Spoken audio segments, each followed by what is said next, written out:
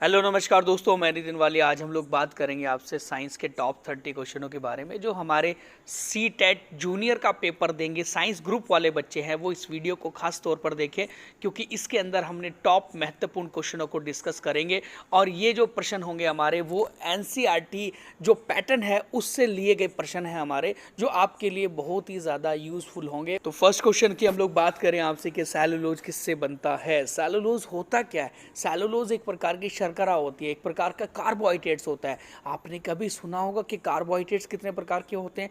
3 types of carbohydrates. एक तो monosaccharide जिसे एकल शर्करा कहते हैं, एक हमारा डाइसैकेराइड जिसे द्विशर्करा कहते हैं, एक पॉलीसैकेराइड जिसे बहु शर्करा कहते हैं। तो यहाँ पर पूछा हुआ है कि सेलुलोज किससे बनता है? क्या वो लूज कोशिकाओं से, क्या पोलीकोट से, क्या टेरिकोट से, या फिर ग्लूकोज से? देखो भाई, ग्लूकोज तो एकल शर्करा है, एक सिंपल शर्करा है, वो तो इससे बन नहीं सकता है ना। तो अगर बात आती है ना हमारी कि जो पेड़ होता है, पेड़ की जो एक तना होते हैं या पेड़ की जो कोशिका होती है, उस कोशिकाओं में पाया जाने वाला एक सुक्रोज होता है, मतलब एक प्रकार का ये शर्करा होता है जिसे हम लोग सेलुलोज कहते हैं। तो ये लूज कोशिकाओं में पाया जाता है। तो लूज कोशिका जो हमारे पेड़ के तने की जो कोशिकाएं होती है, उसके अंदर ये पाया जाने वाला एक शर्करा होता है सेलुलोज। नंबर नेक्स्ट क्वेश्चन देखें। निम्नलिखित में से वह कौन सा है जिसकी वजह से एक शिक्षिका को अपनी पाठ योजना में सचेत रूप से विभिन्न उद्दीपनों को स्थान देना चाहिए? मतलब इन निम्नलिखित स्टेटमेंट में से वो कौन सा स्टेटमेंट है जिसमें शिक्षिका को अपनी पाठ योजना में, अपने चैप्टर में ना सचेत रूप से विभिन्न उद्दीपनों को स्थान देना चाहिए? तो सबसे पहला ऑप्शन है हमारा कि इस प्रयोग का प्रभाव देखने को मिलता के लिए, इस प्रयोग का प्रभाव देखने के लिए। उसके बाद है नंबर सेकंड, विद्यार्थियों की विभिन्न अधिगम शैलियों को संबोधित करने के लिए। यह इसकी प्राचार्य ने अनुशंसा की है इसके लिए, या विषय में अपने ज्ञान को उत्कृष्टता को प्रमाणित करने के लिए, है ना। तो यहाँ पर सही आंसर क्या आ जाएगा कि जिसमें शिक्षिका को अपने पाठ योजना में सचेत रूप से विभिन्न उद्दीपनों को स्थान देना चाहिए, तो वो होगा हमारा option number 20 the right answer. शिक्षार्थियों की विभिन्न अधिगम अधिगम मतलब विभिन्न प्रकार की लर्निंग शैलियों को संबोधित करने के लिए, इसीलिए क्या करना पड़ेगा, पाठ में ना सचेत रूप से विभिन्न उद्दीपनों को स्थान देना पड़ेगा। तो ऑप्शन नंबर 20 का राइट आंसर है। नंबर नेक्स्ट क्वेश्चन हम लोग देखें। बहुत बढ़िया क्वेश्चन है कि मलेरिया का कारण क्या है? मलेरिया किसकी वजह से फैलता है? क्या प्रोटोजोआ से फैलाते, क्या वायरस की वजह से, क्या बैक्टीरिया की वजह से, फफूंद की वजह से? तो फफूंद होता फंगई हमारा, ठीक है। तो मलेरिया जो फैलता है ना, एक प्रोटोजोआ जनित रोग होता है जो प्रोटोजोआ से फैलता है। आपने कभी सुना होगा कि प्लाज्मोडियम होता है। प्लाज्मोडियम क्या करेगा, हमारा एक मच्छर जो होता है प्लाज्मोडियम को उठाता है, और उसके बाद वो जब हमें काटता है तो हमारी बॉडी में भेज देता है। तो यहाँ क्या होता है, हमें मलेरिया रोग हो जाता है। और मलेरिया रोग में क्या हो जाता है कि हमें बुखार होता है, कंपन होता है, सिर दर्द होता है इत्यादि। ये सारी प्रक्रिया हमें देखने को मिलती है मलेरिया के अंदर। नंबर नेक्स्ट क्वेश्चन है, जब एक प्रिज्म से श्वेत प्रकाश को गुजारा जाता है तो सबसे कम झुकाव होने वाला रंग कौन सा है? तो जब हम लोग किसी प्रिज्म से ना, किसी भी कांच से जब हम लोग क्या करेंगे कि सूर्य के प्रकाश को, जिसे वाइट कलर, वाइट लाइट भी हम लोग कहते हैं, श्वेत प्रकाश भी कहते हैं, अगर उसको निकाला जाता है तो सबसे कम झुकाव होने वाला रंग कौन सा होगा? तो वो आंसर चला जाएगा ऑप्शन नंबर 2, लाल रंग जो होगा, क्योंकि लाल रंग सबसे कम झुकेगा और सबसे ज़्यादा जो झुकाव होता है वो बैंगनी रंग में होता है, ठीक है। क्योंकि बैंगनी रंग की तरंग दैर्घ्य हाई होती है, मतलब बैंगनी रंग की तरंग दैर्घ्य सबसे कम होती है, इसलिए वो जल्दी झुक जाता है, ज़्यादा झुकता है। और लाल रंग जो है वो सबसे कम झुकता है, क्योंकि इसकी तरंग दैर्घ्य, इसकी वेवलेंथ सबसे ज़्यादा होती है। नंबर नेक्स्ट क्वेश्चन देखें हम लोग। प्रोकैरियोटिक कोशिकाओं की विशेषता क्या होती है? प्रोकैरियोटिक, देखो अभी अगर हम लोग सेल वाला चैप्टर पढ़ते हैं तो सेल जो होती है हमारी दो प्रकार की होती है, एक तो prokaryotic cell and eukaryotic cell, है ना। तो प्रोकैरियोटिक सेल जो होती है वो एक अनडेवलप्ड सेल होती है, और उससे बने जीव भी अनडेवलप्ड जीव कहलाते हैं, अविकसित जीव कहलाते हैं। और यूकैरियोटिक कोशिका जो होती है वो विकसित कोशिका होती है, जिससे बने जीव भी विकसित जीव कहलाते हैं। तो यहाँ पर हम लोग प्रोकैरियोटिक कोशिका की विशेषता देखें कि भली प्रकार से संचरित केंद्रक इसके अंदर होता है, केंद्रीय झिल्ली की अनुपस्थिति होती है, केंद्रिका की अनुपस्थिति या उपस्थिति होती है, ये यूकैरियोटिक कोशिकाओं की तुलना में अपेक्षाकृत जवान उम्र होती है। देखो ये हम लोग बात करें आपसे, इसका सही आंसर जो जाएगा वो ऑप्शन नंबर इसका 4 इज द राइट आंसर, क्योंकि प्रोकैरियोटिक जो होती है वो यूकैरियोटिक की तुलना में अपेक्षाकृत जवान उम्र, मतलब कहने का ये है कि वो उससे नई होती है, जवान होती है, ये इसका सही आंसर चला जाएगा।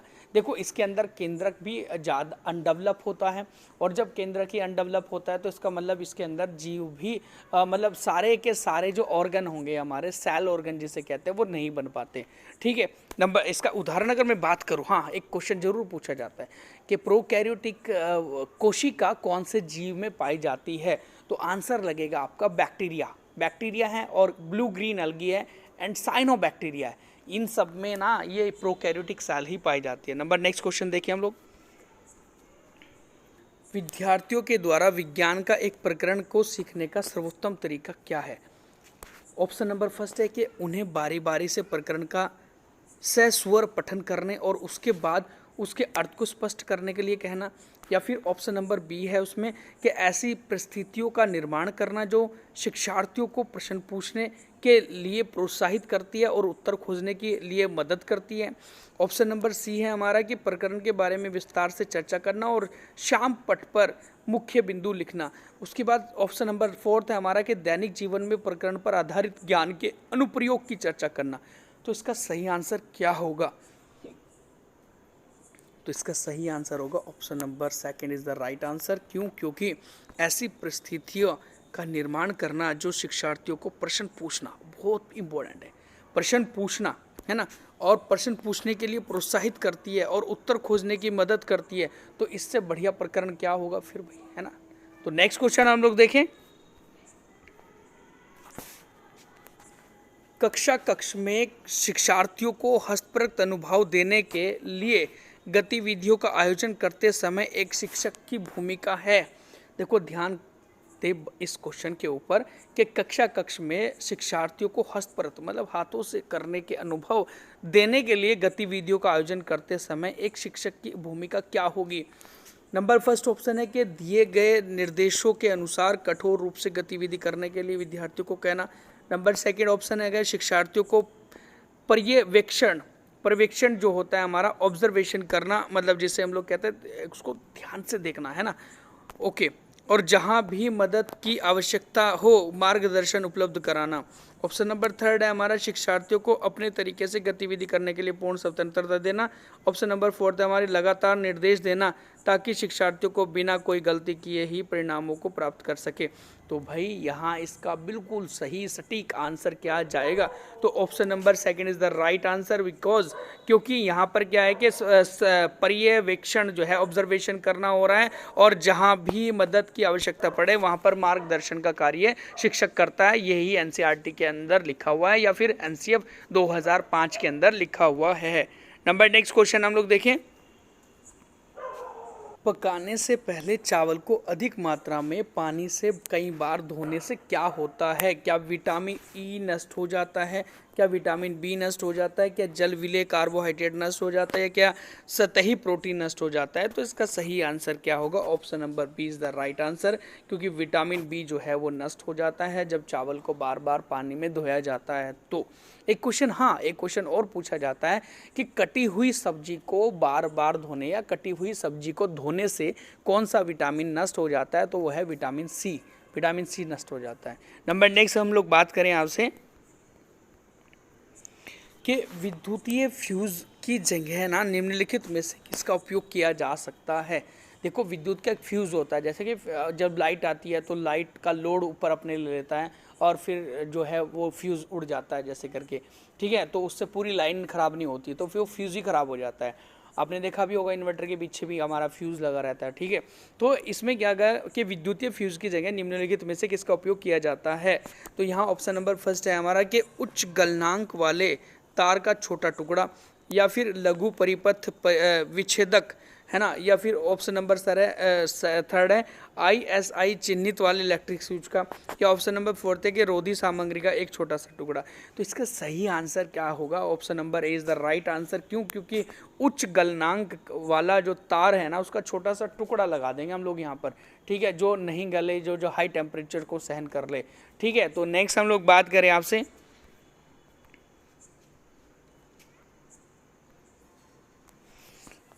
अम्ल वर्षा में निम्नलिखित में से कौन सा अम्ल उपस्थित होता है?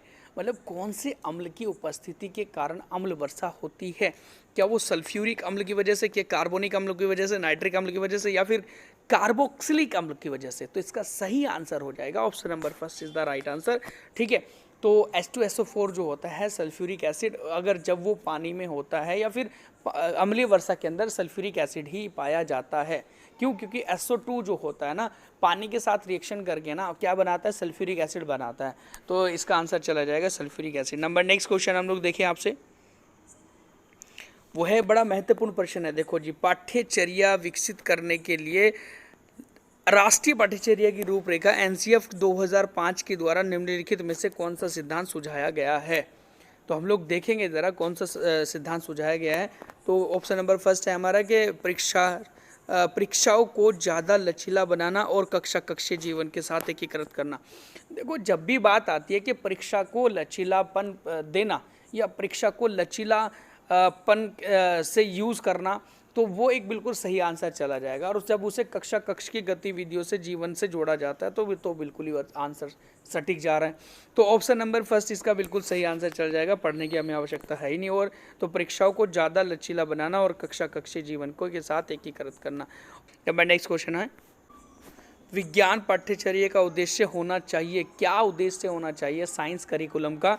तो कई घंटों तक कार्य करने की क्षमता विकसित करना, या विषय वस्तु को शिक्षा शास्त्रीय रणनीतियों से संपूरित करना जिससे सभी विद्यालयों के द्वारा अपनाया जा सके, या ऑप्शन नंबर थर्ड है हमारा विशेषज्ञता प्राप्त करने के लिए विषयों को अलग अलग बांटना, या फिर वस्तुनिष्ठ तार्किक चिंतन एवं भयपूर्वक ग्रह से मुक्ति को विकसित करना। देखो, यहाँ पर ध्यान रखेंगे कि वस्तुनिष्ठ तार्किक चिंतन और जो हमारा भयपूर्वक ग्रह से मुक्ति को विकसित करना, ये इसका बिल्कुल सही आंसर चला जाएगा। Option number fourth is the right answer, ठीक है। ओके, नेक्स्ट क्वेश्चन हम लोग देख रहे हैं कि जब एक CNG और LPG का पूर्ण दहन होता है तब उत्पाद बनते हैं। जब CNG और LPG का पूर्ण दहन होता है, जब वो पूरी तरीके से जल जाते हैं तो, या फिर ऑक्सीजन की उपस्थिति में कार्य करते हैं, तो क्या चीज़ उत्पन्न होता है? तो वो क्या कार्बन डाइऑक्साइड, कार्बन मोनोऑक्साइड, या फिर HO होता है, या कार्बन डाइऑक्साइड होता है, SO2 होता है, या HO होता है, या केवल कार्बन मोनोऑक्साइड होता है, या कार्बन मोनोऑक्साइड या H2O होता है? तो इसका सही आंसर चला जाएगा option number fourth is the right answer.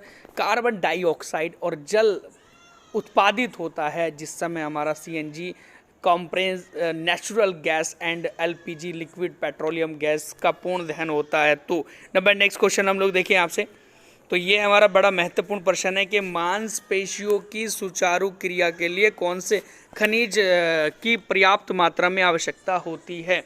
तो यहाँ पर बड़ा महत्वपूर्ण क्वेश्चन पूछा गया कि जो मांसपेशियों की सुचारू क्रिया के लिए कौन से खनिजों की पर्याप्त मात्रा आवश्यकता होती है।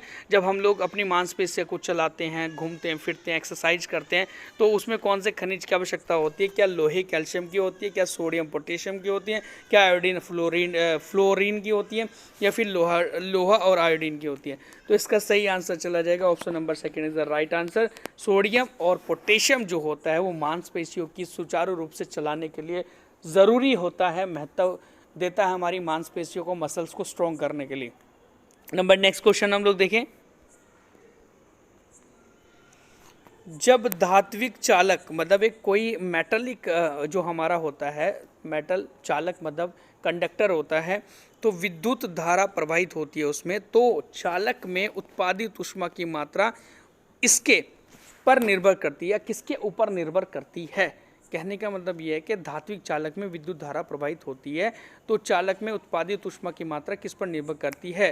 केवल पदार्थ और लंबाई पर केवल लंबाई, और पदार्थ पर केवल पदार्थ, और मोटाई पर केवल नहीं, केवल नहीं है यहाँ पर, फोर्थ ऑप्शन में है कि पदार्थ लंबाई और मोटाई पर। देखो पदार्थ कैसा है, उसका प्रतिरोधक कितना है या फिर प्रतिरोध कितना है वो भी ज़रूरी मायने करता है, तो पदार्थ जो है वो भी मायने करेगा।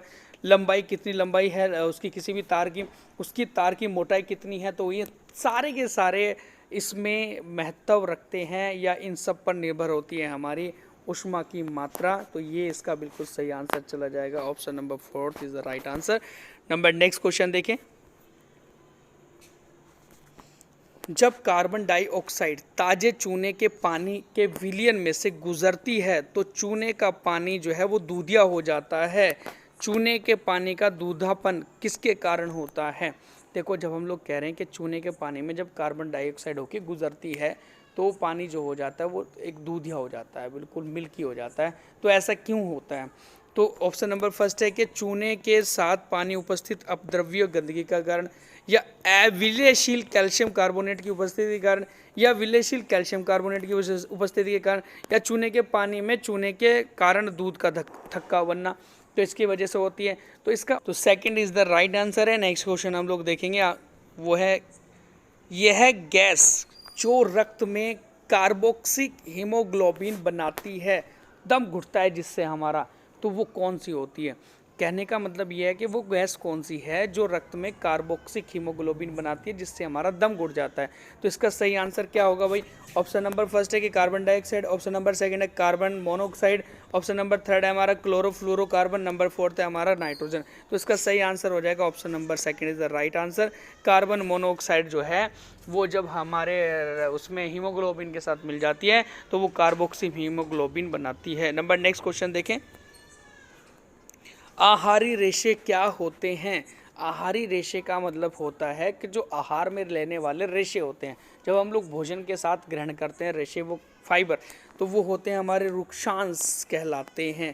रुक्षांश जो होते हैं, जैसे हमारी पत्तेदार सब्जी होगी, जैसे कुछ कच्ची सब्जियां होगी, खीरा होगी इत्यादि, तो सलाद हम लोग प्रयोग करते हैं। ये जो दलिया हो गया, दलिया हमारा जैसे अनाज का ऊपर का छिलका जो होता है, तो ये सारे के सारे क्या होते हैं? हमारे आहारी रेशे कहलाते हैं।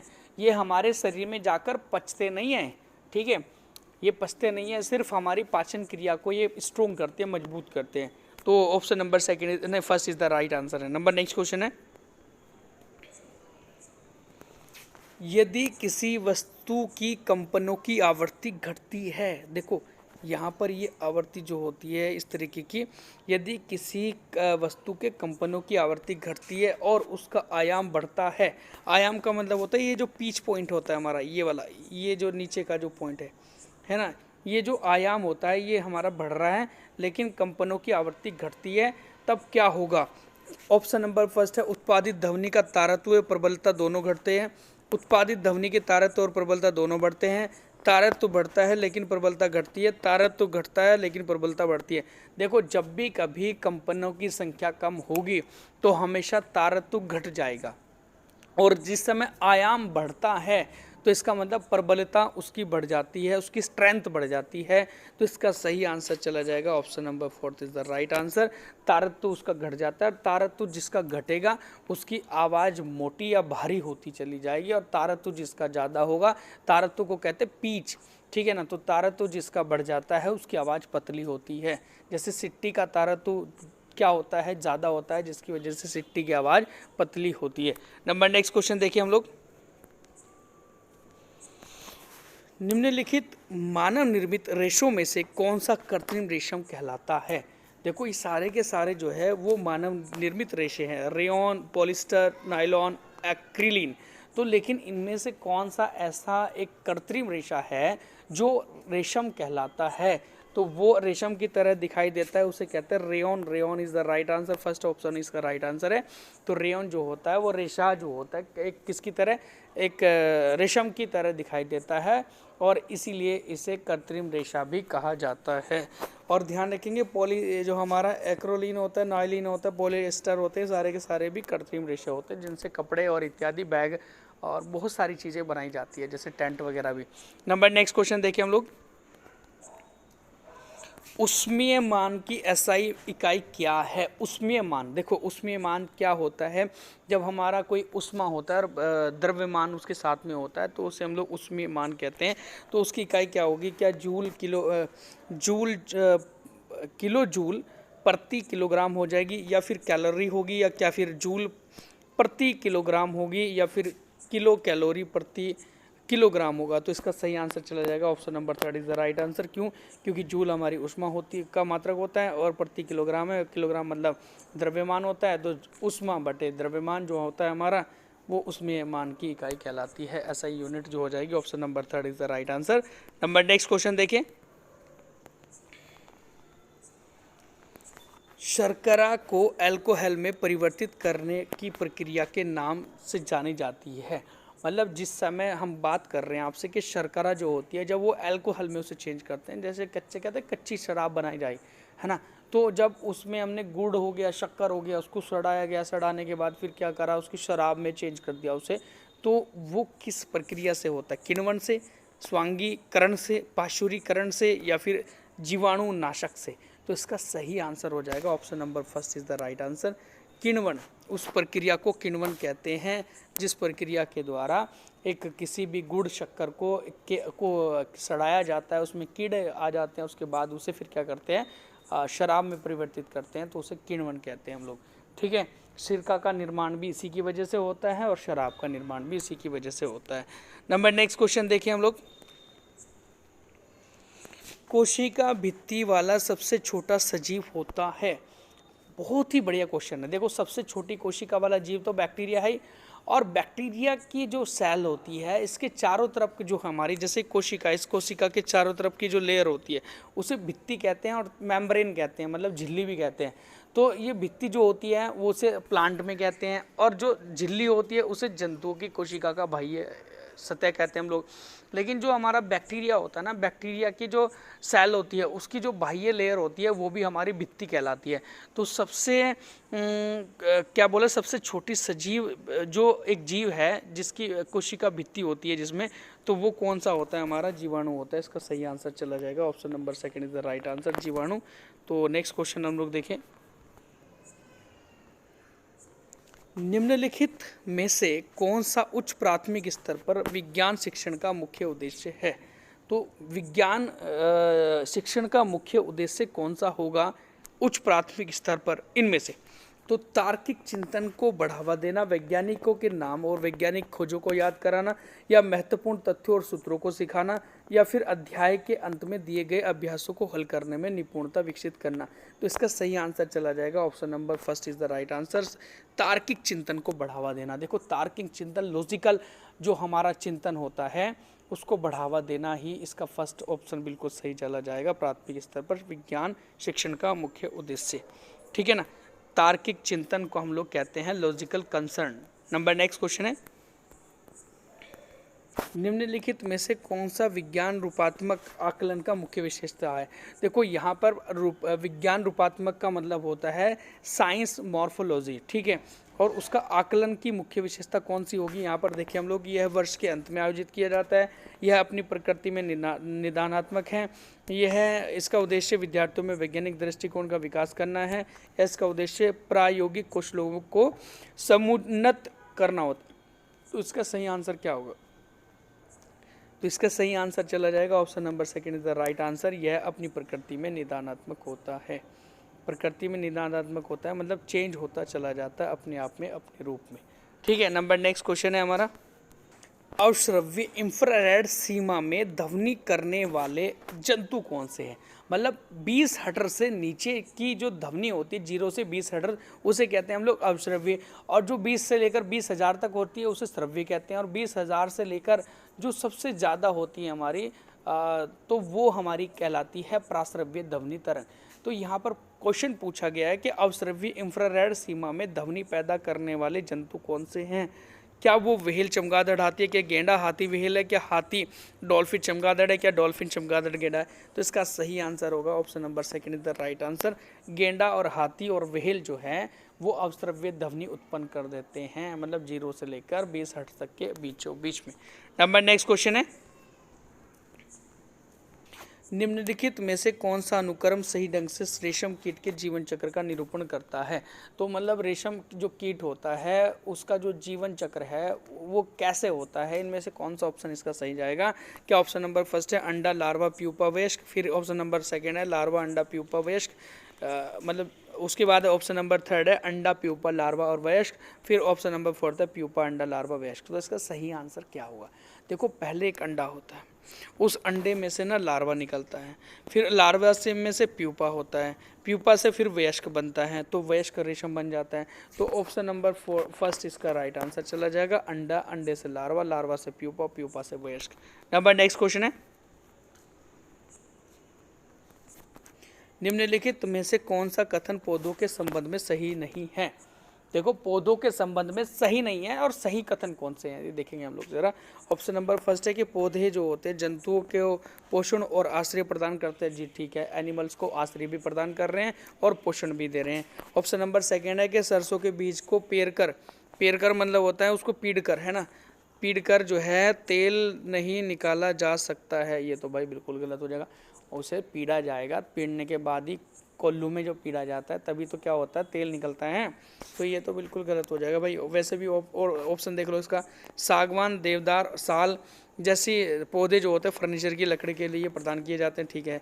उसके बाद ऑप्शन नंबर फोर्थ है रोगों का उपचार करने के लिए पौधों की दवाइयाँ या पौधों का दवाइयों के रूप में भी प्रयोग किया जाता है। जी ये भी सही है, तो ऑप्शन नंबर सेकंड इसका गलत आंसर है। तो ये थे आज के हमारे टॉप 30 क्वेश्चन जो हमारे साइंस एनसीईआरटी से संबंधित थे, और ये आप लोगों के लिए अगर हेल्पफुल वीडियो रही है तो प्लीज़ हमारे चैनल को सब्सक्राइब करें, वीडियो को लाइक करें, and thank you so much.